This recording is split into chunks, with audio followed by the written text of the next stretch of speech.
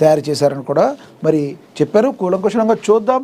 ఇక అదేవిధంగా జనసేన పెద్ద ప్లానింగ్ చేసిందని, అదేవిధంగా జిల్లాల వారీగా లిస్టు కూడా ఇదే అని కూడా ప్రచురించారు. ఇక అదేవిధంగా కల్వకుంట్ల కిషన్ రావుగా కిషన్ రెడ్డి అందుకే కేసీఆర్ను కాపాడుతున్నాడని, కిషన్ రెడ్డి కేసీఆర్కు దత్తపుత్రుడని, కాళేశ్వరం కేసు సిబిఐకి ఇచ్చి 6 ఏళ్లైనా చర్యలు లేవని, బీజేపీ ఎంపీలతో రాష్ట్రానికి ఒరిగిందేమీ లేదని నిజామాబాద్ సభలో మరి సీఎం రేవంత్ సంచలనమైన వ్యాఖ్యలు చేశారు. కాళేశ్వరంకి మీకు ఇస్తే ఇంతవరకు మీరు ఏం చేయగలిగారు, ఏం చేయలేకపోయారు, వాళ్ళని అరెస్ట్ కూడా చేయలేకపోయారు. బీజేపీకి బీఆర్ఎస్కి ఏదైనా మీరు ఓటు వేస్తే, మున్సిపల్ ఎన్నికల్లో ఓటు వేస్తే అది మూసీలో ఓటు వేసినట్టే అని చెప్పి రేవంత్ చెప్పడం అయితే జరిగింది. ఇక అదేవిధంగా చూసుకుంటే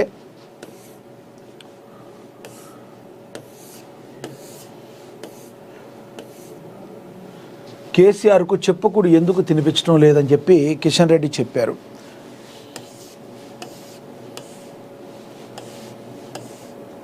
వార్తాపత్రికల వార్తా విశ్లేషణలో షార్ట్ బ్రేక్ తీసుకుందాం.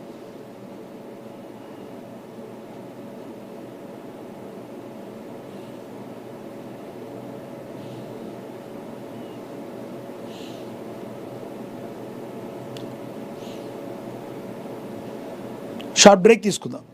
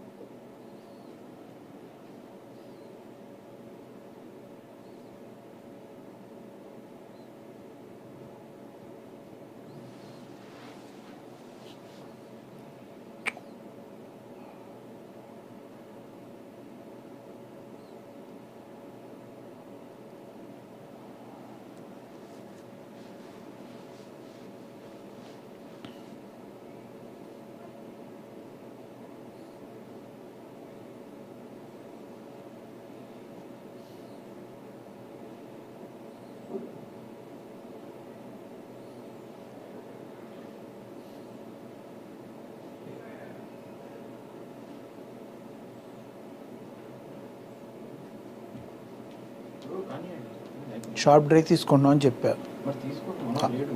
అవునా? అరే ఇప్పుడు మాట్లాడితే లైవ్ ఉందా?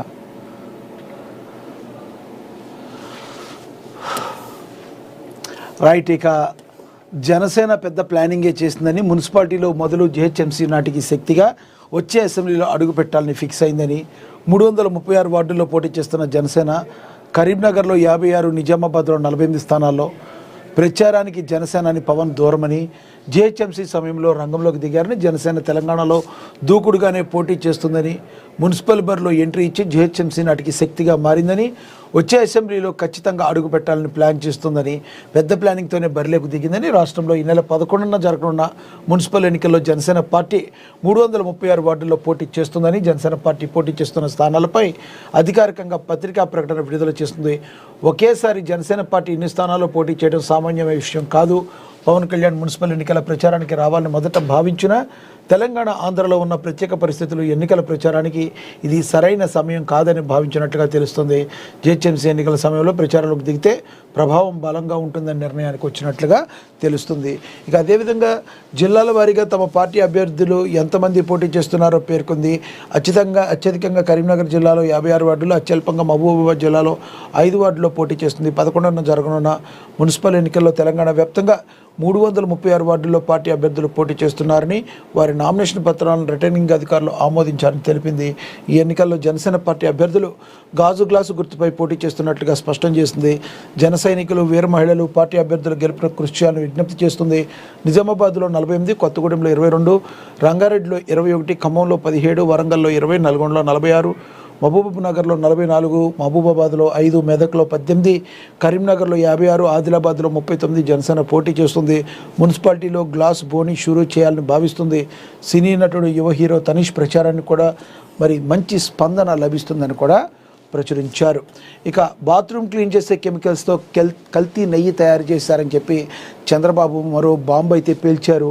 మరి ముఖ్యమంత్రి నారా చంద్రబాబు నాయుడు సంచలన ఆరోపణ చేశారు. బాత్రూమ్ క్లీనింగ్ చేసే కెమికల్తో చేసిన నెయ్యిని తిరుమలకు సరఫరా చేశారంటూ సంచలన ఆరోపణ చేశారు. శ్రీశైలం ప్రసాదం తయారీలో కూడా కల్తీ నెయ్యిని ఉపయోగించారంటూ చంద్రబాబు సంచలన వ్యాఖ్యలు చేశారు. తిరుమల లడ్డూలో కల్తీ నెయ్యి అంశం ఏపీ రాజకీయాలు కుదిపేస్తున్న సమయంలో చంద్రబాబు శ్రీశైలం ప్రసాదం తయారీపై చేసిన వ్యాఖ్యలు సంచలనం అయితే రేపుతున్నాయి.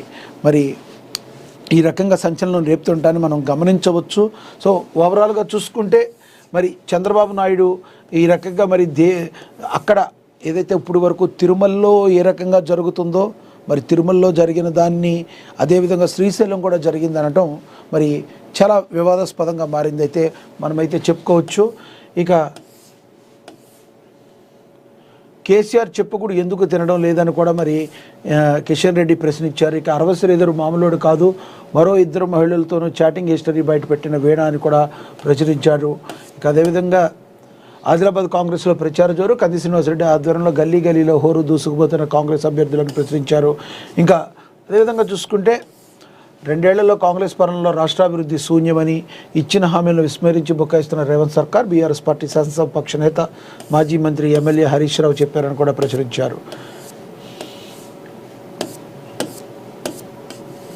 ఇంకా ఎలక్షన్లు తెచ్చాయి ఓటర్లకు ఉపాధి అని చెప్పి మరి ఒక ఆర్టికల్ అయితే రాయటం జరిగింది. అభివృద్ధికి పట్టం కట్టండి, బీఆర్ఎస్ అభ్యర్థులను గెలిపించండి అని కూడా ప్రచురించారు. ఓవరాల్గా చూసుకుంటే ఇది ఈరోజు మరి ఇంపార్టెంట్ వార్తలను అయితే విశ్లేషించే ప్రయత్నం అయితే చేశాం. నిరంతరం ఎప్పుడు కూడా ప్రభుత్వానికి ప్రజలకి మధ్య వారధిగా ఏఎన్ఎన్ అనేది నిరంతరం కూడా మరి వార్తాపత్రికలు ప్రచారణ అయితే చేస్తుంది. మీరేమనుకుంటున్నారో కింద కామెంట్ బాక్స్ రూపంలో కామెంట్ చేయండి.